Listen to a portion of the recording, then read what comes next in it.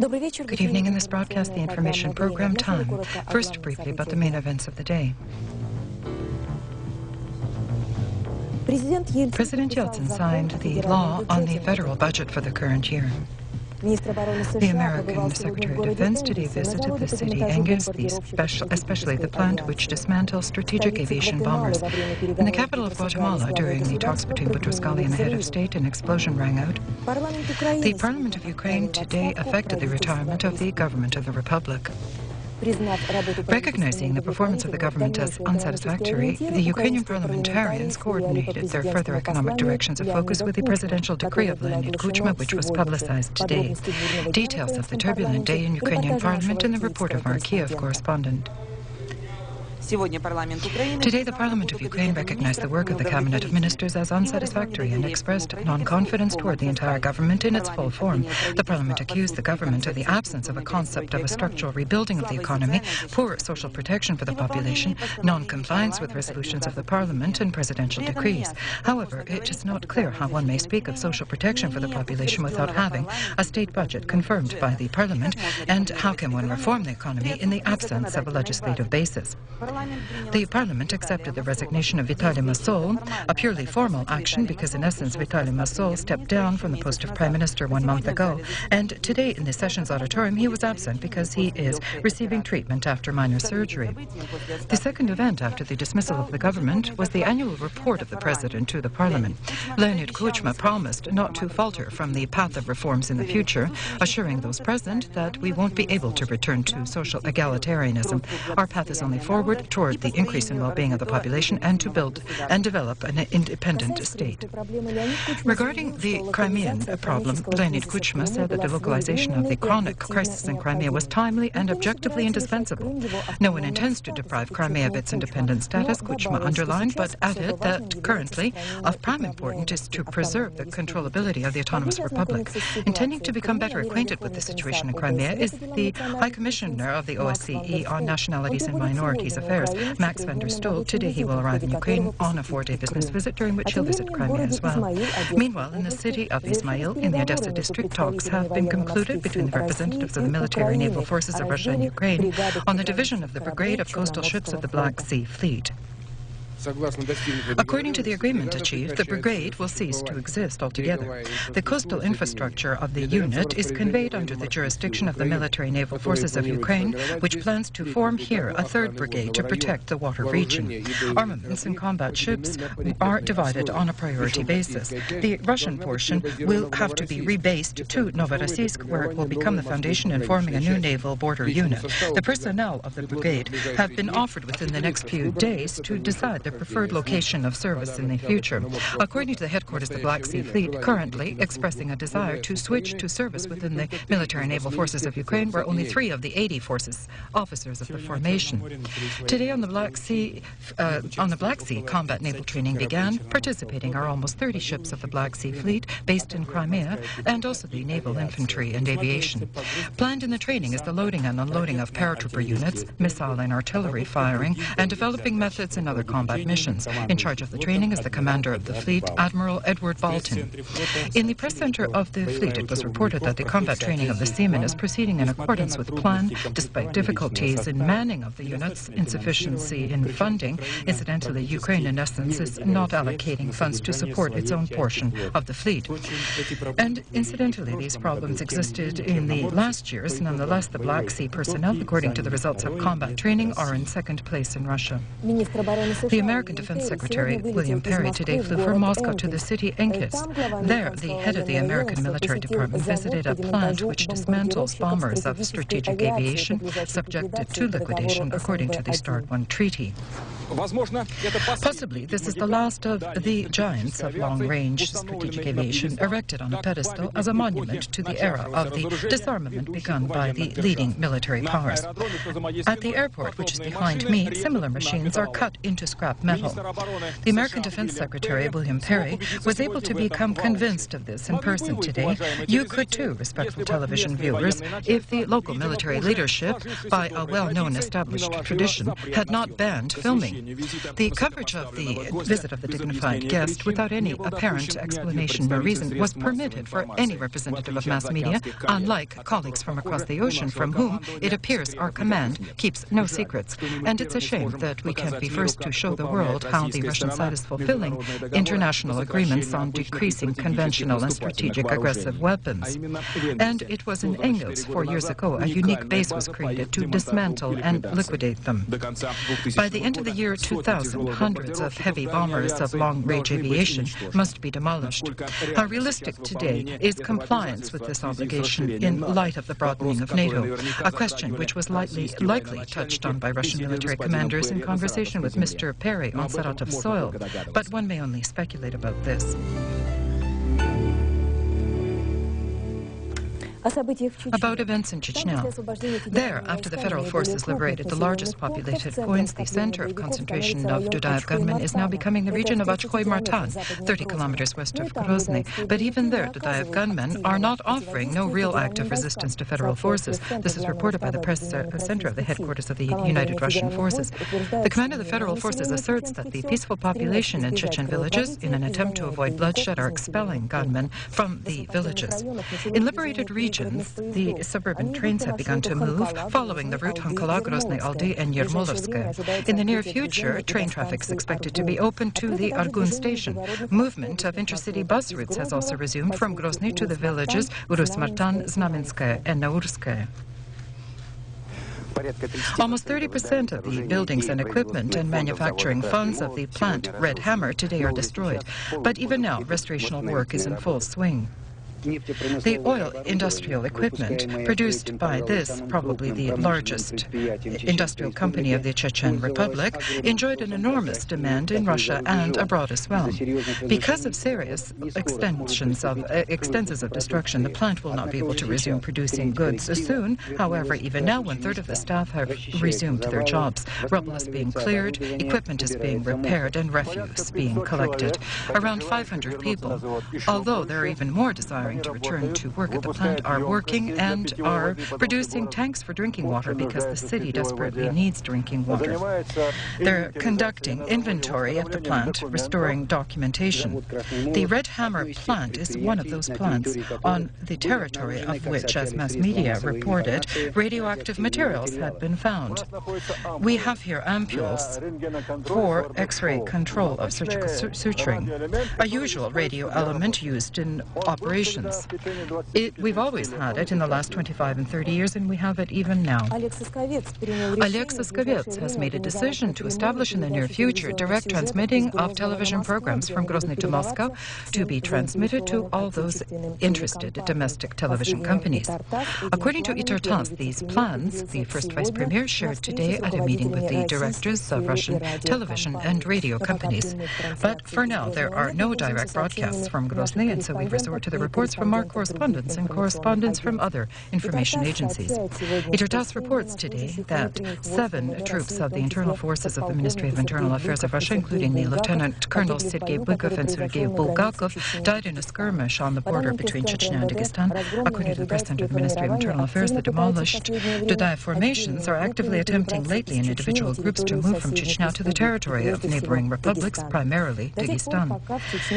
While the shooting continues in Chechnya, the question will remain what types of weapons are being used. The illegal trade of weapons and ammunition, this is the topic of a regular briefing in the Ministry of Internal Affairs. The enforced arsenals of the criminal groups has become one of the focal factors in the escalation of the criminal situation in Russia. This conclusion was made by specialists of the Ministry of Internal Affairs. Although last year 100,000 firearms were confiscated, however, despite stringent sanctions for unlawful storage of weapons, that is 10 years in prison, only 10% of the criminals received their just deserts. And last year, only from one underground stockpile in Chechnya, the militia confiscated 124 truckloads of Kamazes of various weapons, stolen not just from warehouses and military units, but professionally manufactured in illegal workshops. According to the investigators at the Ministry of Internal Affairs press conference, hot points of the Sayas are the flow centers for weapons, especially the flow is well established from the Baltic region.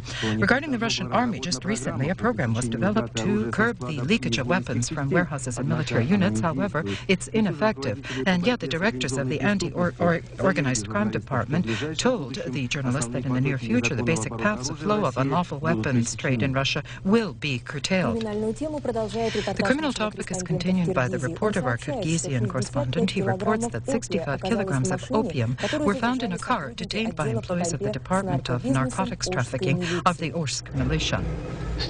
From the territory of the CIS to Gorny Badakhshan, there is only one solitary road, this one, through Kyrgyzia, Osh-Kharok. Since the Tajik-Afghan border acquired transparency, along this road from Kyrgyzia to Uzbekistan, Kazakhstan, and beyond to Russia and Europe, an opium wave surged in.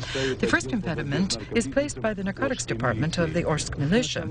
Since the beginning of the year, our employees have seized 184 kilograms. This is a fantastically large figure. 1 kilogram is considered to be a large amount. Specialists note that on the scale of drug trafficking, the Orsk corridor is now fully comparable to the famous Balkan route.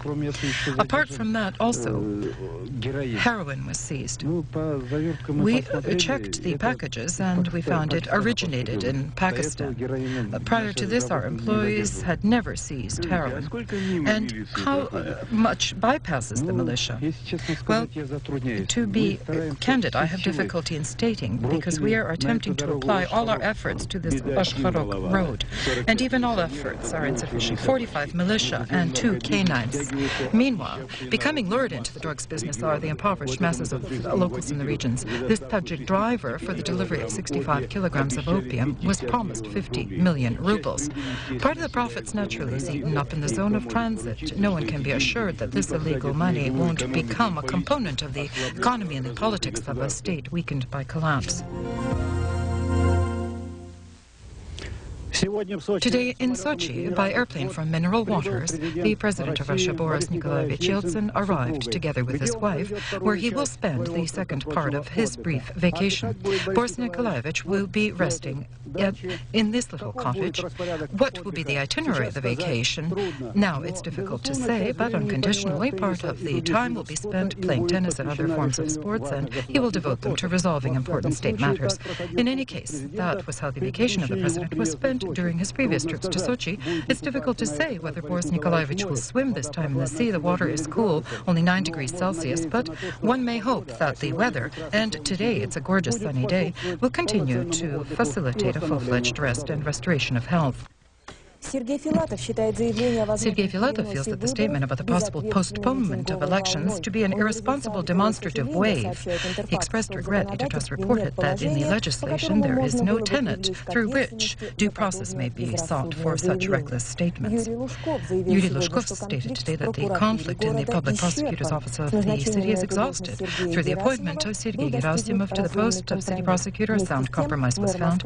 Meanwhile, the mayor of Moscow feels the conflict situation regarding the City of Internal Affairs of Moscow is not resolved. The harvest this year will not be completed on schedule, said the Minister of Agricultural Industry, Alexander Nazarchuk. The rural sector lacks, as usual, the money and equipment, seeds and fertilizer and fuel. According to the minister's predictions, the harvest capacity of the grain in the current year will decline significantly because of the catastrophic decline in soil fertility. For the rural sector, the now customary deficit triad, that is finances, fuel, lubricating materials, technology, promises another difficult spring for the agrarian industrial sector of Russia. And although participants of today's Pan-Russian Selectoral Advisory headed by Alexis Kavets don't feel the situation is futile, the threat of undersowing significant areas of fields remains more than real. The regions warn that if the law on deliveries and purchases of agricultural goods functions poorly, and ask the government to prolong the credit debt of the rural sector and resolve the problem of disparity of prices between industrial and agrarian goods. Understanding the financial demise of the sector, the government nonetheless hopes that through deliveries of fuel and lubrication materials in the form of goods credits and a sustained budgetary support of 3.5 trillion rubles will, after all, facilitate spring field work. The realization of all foreseen measures, as was stated by Alexis Kavets in closing the electoral session, will be maintained under special control. The shortage of funds, traditionally but justly, is the complaint of the medical profession. Today in Moscow, the session of the General Assembly of the Russian Academy of Medical Sciences convened. It's dedicated to the centennial of the discovery of X-rays. Science today is objectively becoming increasingly expensive, and the public can't afford it. But without those diagnostic, therapeutic, and now even surgical methods, which have become a possibility only because of the discovery 100 years ago, one cannot imagine contemporary medicine. These are computerized tomography, oncology, and the most complex surgery without scalpels controlled by X-ray TV monitors. On these topics and more at the session, thorough reports were presented indicating the high level of our scientific centers. For now, that is, for now, because science in worldwide steps is moving ahead, and we, slowly but surely, are beginning to fall behind in several areas of science research. Even the primary directions aren't being financed, apparatus is becoming obsolete, and the fact that a professor earns less than a trolleybus driver we have long considered to be a norm. Scientists emigrate to more affluent countries, or they go into business. There are, of course, the enthusiasts. We have preserved them, luckily for now. That is, the scientific schools are sustained basically through enthusiasm. Therefore, to the question, can we hope for a better future, the president of the Academy responded, paraphrasing Lomonosov, hope sustains the young and lends comfort in old age. So, let's continue to hope. In Moscow today, the conclusive meeting of the Consultative Committee on Foreign Investments adjourned. In the opinion of the first Vice Premier, Anatoly Chubais, who was involved in the Council's work, a general political level was achieved in mutual understanding with investors already operating within the Russian market. There's a concrete substance in the investors' work in Russia and Russia's work with investors. The results of the work of the three groups were summarized within the Consultative Commission of Foreign Investment in Russia. The problem of foreign investments in Russia is intense and has been extensively discussed over a long time. The argument of the skeptics is that the Western firms will not come into Russian markets. Those already operating here will leave soon, and they're very few. But are they so few? The list of 2 pages of participants of the Council speaks for itself and speaks more of the interests of the West in the Russian market are the names of the companies and firms. Existing legislation is an impediment. The laws, they are changing, but too slowly. The main thing I'd like to focus on is the fact that in Russia, many people are educated and economically literate. There are hope. Political instability is not the principal issue. The important thing is to study the potential possibilities, and if they are convincing, one may enter the Russian market and invest money in it. The government and members of the Council have done already much, and in primary directions. Liquidation of foreign baroners, removal of internal barriers, creating a new image for Russia in the West. Recommendations were prepared here and in the West on the question of changes in tax legislation and to remove customs and import tariffs for firms importing equipment into Russia for the construction of high-tech firms. Russia has actively begun to work toward joining the World Trade Organization on equitable terms without selectiveness and with certain defense of its interests, considering the transitional period. It seems that all of this is realistic in the very near future. In the Primoryan area, in the city Partizan, 17 miners for the 7th day are on a hunger strike. They haven't surfaced out of the mine avant-garde and expressed firm resolve to starve till the government recompenses them their salary debt. 10 miners, because of the state of their health, have already been taken to hospital. Today, in Novorossiysk, at an oil-filling sea mooring, an oil conflagration occurred. The firefighters responded quickly and the fire did not spread. Causes of the fire are being clarified. Vladimir Shumeka said today in Kishinev that the withdrawal of the army and technology of the 14th Army from Moldova must be accomplished immediately. The visit began today, and already meetings have been held with the chairman of the parliament, Petro Luchinsky, the Minister of Foreign Affairs, Mikhail Popov. At Vladimir Shumeka's meetings with the press, naturally, the first question which arose was regarding the fate of the 14th Russian Army. The forces deployed here under the jurisdiction of Russia, I would say, are conditionally called the 14th Army because the entire military contingent is comprised of around 6,000 personnel. Of those 6,000, only 85 people were conscripted from Russia. The rest are local residents. Therefore, the withdrawal of the army, in principle, is a withdrawal of weapons. Weapons here are beyond their measure, I'll say that this way, of our 6,000 troops. For them, 50,000 firearms, 300 units of combat tank technology, that which must be immediately withdrawn. According to the the Prosecutor General of Azerbaijan among those arrested for involvement in the state coup attempt launched in March. There are foreign citizens. In the interests of the investigation, their names are not being divulged for now. According to the Batinsk press, involved in the revolt were several Turkish state officials. As Azitratas reports, and in direct confirmation of that is the immediate departure from Baku of the Turkish ambassador in Azerbaijan. He, as previously the president of Azerbaijan, Geydar Aliyev, asserted, had attempted to play a role of mediator between the government and rebels. The Batinsk residents just began to recover from the shock of the March events when, as a result of the quelling of the uprising, around 40 people died. The trauma of those days is remembered at the site of the reinforced police regiments in the streets of the city and posts set up by the military at the most significant objects. And yet new facts continue to surface on the involvement of individuals in the state coup attempt. Popular newspaper Zirkalo in Azerbaijan states that the Republic's president, Geydar Aliyev, was to have been physically removed upon his return from Copenhagen on the eve of the uprising. The Parliament of the Republic adopted a special resolution in which it recommends to the Ministry of Justice and Press to undertake measures against political parties and sources of mass media who were involved in the attempted coup of constitutional order. In accordance with the resolution, the functioning of the party Gozgurdu was banned, and its leader, the ex-Minister of Internal Affairs, Shkindar Gamidov, has been arrested. Today in the Cathedral of St. Echmiadzin, the election of the 131st clerical head, or Catholicos of all Armenians, began. 400 delegates of the National Ecclesiastical Gathering, who convened in Echmiadzin from all corners of the world, embarked on the most important phase of their holy mission. The first round of voting was held behind closed doors of the cathedral. Although journalists, however, were permitted to be present at the opening of the urn with the ballots. As a result, the three basic contenders to the Echmiadzin throne were determined: the head of the Ararat diocese, the Archbishop Gargin Narsisyan, the Catholicos of the Kilikinsk, Gardin II, and the Bishop of Artsakh, Parkev Martirosyan. The delegates of the National Ecclesiastical Sabor, or Council, began their second round of voting at the moment when this report was being sent to Moscow. Most favorable chances to become the 131st Catholicos of all Armenians are held by the Catholicos of Kilikinsk and the Archbishop of Ararat. Late tonight, the name of the Supreme Patriarch of the Armenian Apostolic Church will evidently be announced.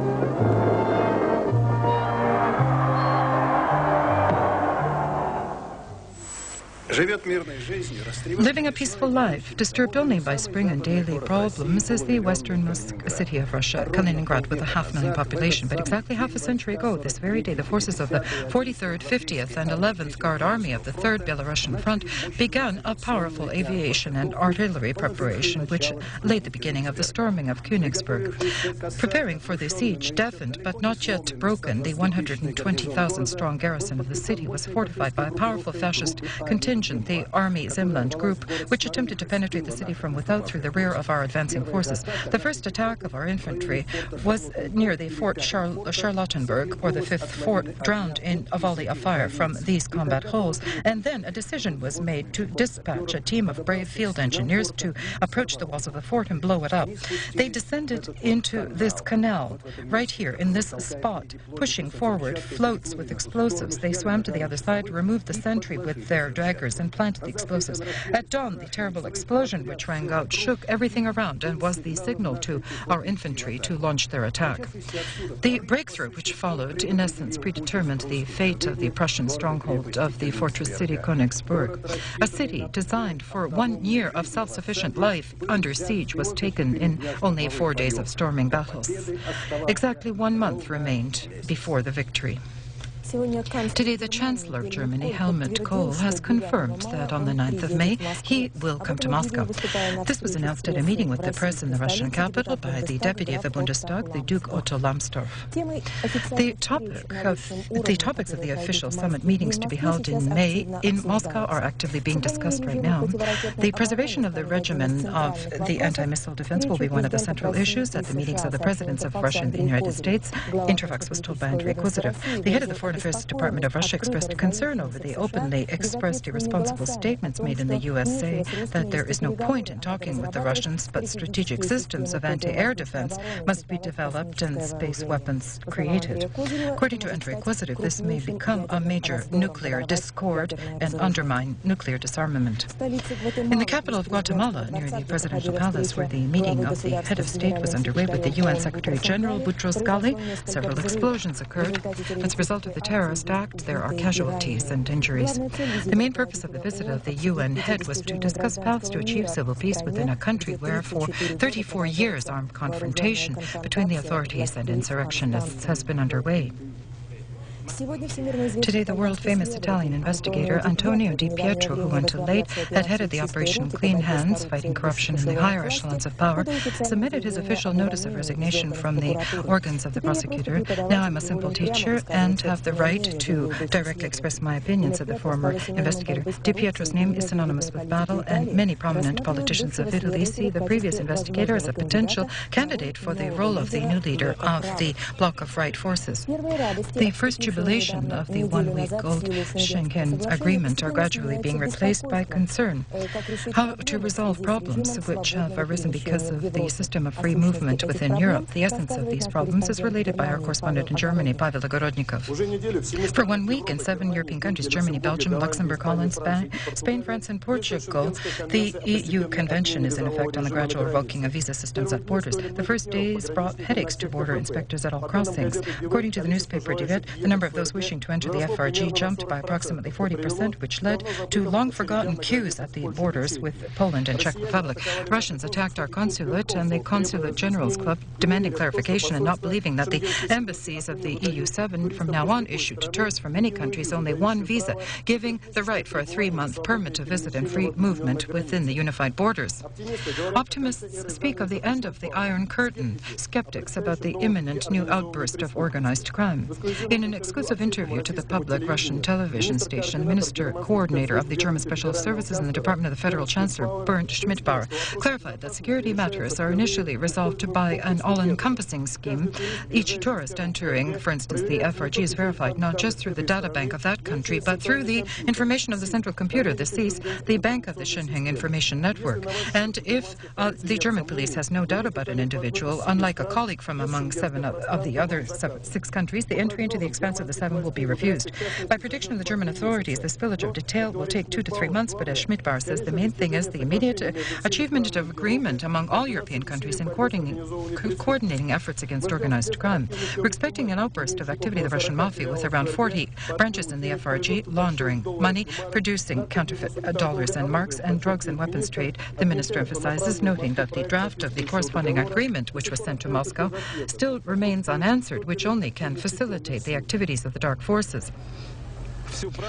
All of Prague was in an upheaval over a terrorist act in the international Ruzin airport. In the area of the customs control, a policeman was assaulted by a criminal, grabbed his handgun, struck him with his baton, and shot at and injured another policeman in the face, jumped into the car, and brandishing his gun, commanded that the taxi driver drive into the city. Despite the police chase, the criminal could not be seized. In the 6th Prague district, incidentally, not too far from the garages of the Ministry of Internal Affairs, the criminal let out the cab driver, sat at the wheel himself, but drove into a dead-end street, jumped out of the car, and disappeared. For almost 5 hours, hundreds of policemen combed block after block.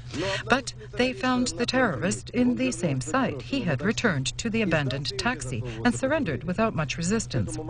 At this moment, the police had already known the name of the arrested, Oleg Anatolievich Zakharov, a 36-year-old, an Afghan war veteran, a senior lieutenant in reserve, a citizen of Ukraine.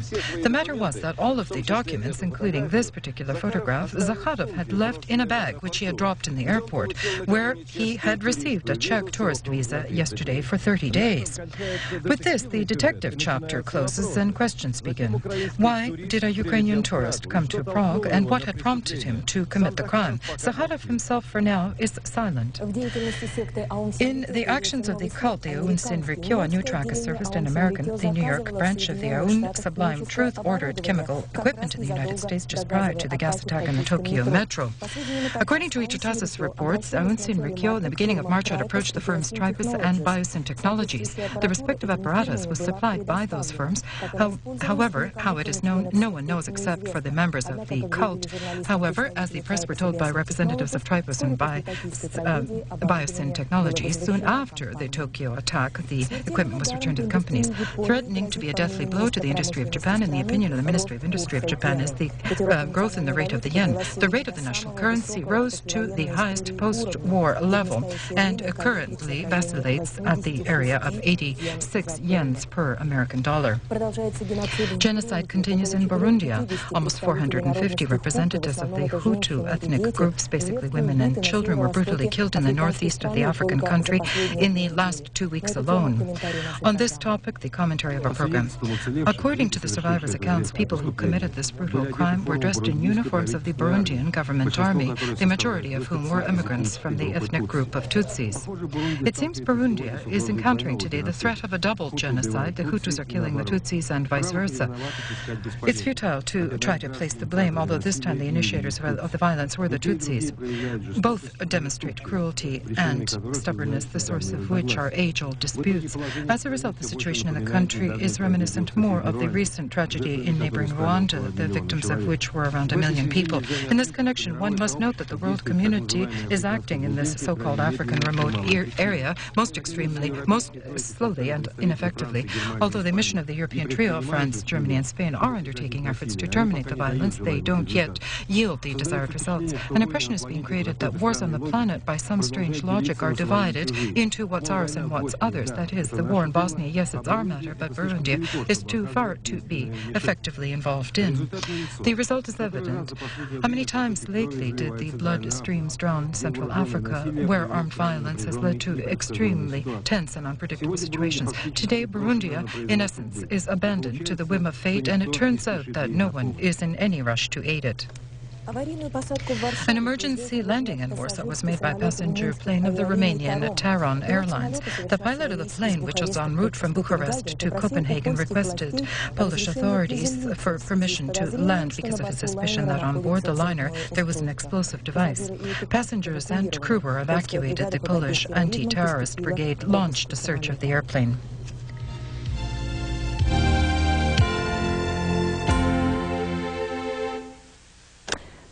In violation of all our customs, culture news, we will begin not with today's events, but events of tomorrow. This can be explained only by our impatience because we waited so long for the Tretyakov Gallery to open its doors. Tomorrow, finally, after many years of reconstruction of the memorial building of the State Tretyakov Gallery, built by Pavel Mikhailovich, again the doors of our favorite museum will open. Tomorrow, after the official viewing, just as after tomorrow, visitors will come by invitation only, builders, artists, and art specialists, friends of the Tretyakov Gallery, without whose help and support one couldn't complete this most involved reconstruction. So the evening hours tonight are the last quiet time in these halls, and I have this curious feeling that the paintings, seeming to sense the triumph of the moment, are awaiting their visitors with curiosity. During the reconstruction, the collection, as is known, was moved to a specially built depository, a vault organized according to the latest in museum technology. They say that during the years of life here, in such comfortable conditions, the pictures were even rejuvenated. And of course, the golden hands of the restorationists will allow the viewers to see the collection in all its glory. Now, in the collection of the State Tretyakov Gallery, there are around 100,000 works of art. Of course, all of them cannot be displayed in the exhibit, but yet the viewers will see 10 new halls. And so we are on the eve of a major event in our cultural life. I would say to all those who love Russian art, I congratulate you on the long-awaited approaching celebration. The Tretyakov Gallery waited out its hour, and tomorrow it will rejoice its visitors, but the museum and reservation of Sergei Yesenin evidently will not acquire the appropriate form even for the 100th anniversary of the poet. The museum reservation of Sergei Yesenin in Konstantinovo village in the Ryazan district Let not the third murder of Sergei Yesenin come to pass. If there was a first murder, it was in the year 1925. The second one continued for 30 years. That was the murder of the work of Yesenin. And now we must not permit the memory of Sergei Yesenin to be destroyed. Sergei Yesenin happened to be born in the year of the 800th anniversary of Ryazan. Such a coincidence distracts the financial distributors to concentrate. We'll say directly, the funds for both celebrations are in short supply. They come from public funds, where Ryazan companies are contributing part of their goods because they also are short of money. And despite the decree of the president, and for example, a document on the celebration of the centennial of Yesenin was signed in November of last year, state financing is not moving. The workers of the museum are managing as they can, with many shortcomings, and yet the restoration is underway. Excursions are being held. People voyage to venerate their favorite poet despite any and all obstacles. As usual, our broadcast will be completed by the sports commentator. All the best.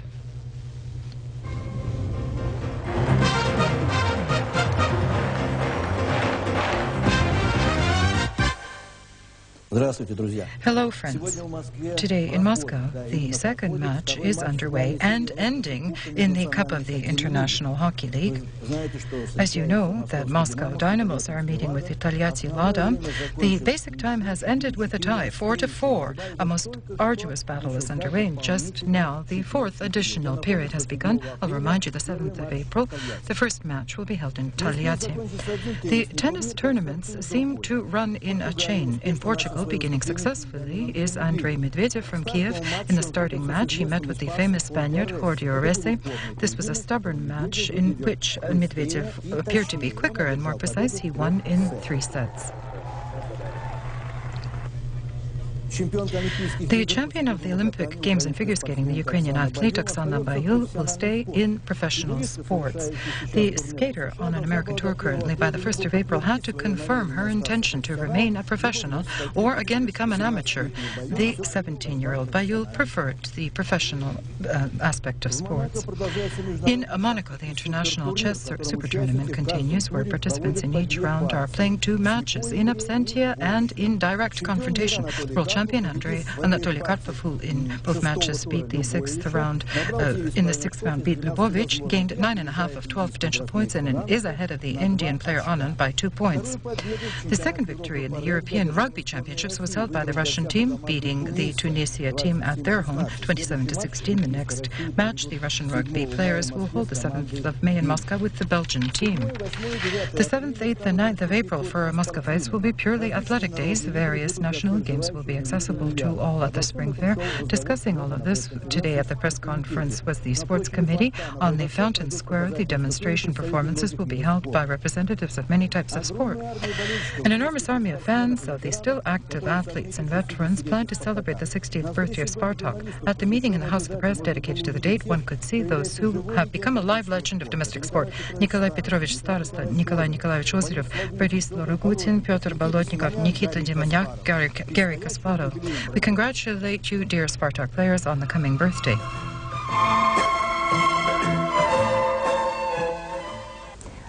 Hello. On the majority of the European part of Russia, as previously, an area of low atmospheric pressure will be situated with the center over the Barents Sea. On the Kola Peninsula in Karelia, in the Arkhangelsk district, the Nenetsk Autonomous District, the Republic of Komi, the Volgovyatsk area, again unfavorable with some snow, isolated strong snow from -2 to +4 degrees. There will be significant changes on the central belt of Russia in weather. Atmospheric fronts, which today are over the Baltic Sea and Poland, today are moving quickly to the east as they move through in the central and central Chernozem areas, and over the central Volga there will be rain with some wet snow, temperatures of +3 to 8 degrees. And in the northwestern parts of Russia, the Baltic countries, and in Belarus, these atmospheric fronts will pass during the night hours. During the day, precipitation will cease, pressure will begin to gradually grow. There will be some sun peeking out, but it will be cool, not higher than +3 to 6 degrees. To Ukraine, Moldova, a high atmospheric pressure area is spreading in these parts, partly cloudy, no precipitation during the day, plus 5 to 10 in the south, plus 13 to 18. On the lower Don, in the Krasnodar, Stavropol, Remarius, in the republics of the northern Caucasus, and over the lower Volga in the zone of an atmospheric front, it's partly cloudy, with some isolated patches of rain, day temperatures plus 11 to 13. In the mountains of the Caucasus, the danger of snowslide remains. In the Transcaucasus area, variably cloudy skies during the day, brief torrential rains are possible with plus 10 to 15 degrees. And the weather in St. Petersburg and Moscow. In St. Petersburg, variably cloudy skies at night, 0 - 2 during the day. Some light precipitation is possible, temperatures of plus 1 to 3. Winds are from the northwest and gusts. In the capital, prevalence of cloudy weather, wet snow at night, 0 - 2 during the day, plus 1 to 3 degrees. The winds will shift from southeast to southwest. And in preparation of the broadcast, we use the data from the Oceanic Meteorological Center of Russia. Goodbye.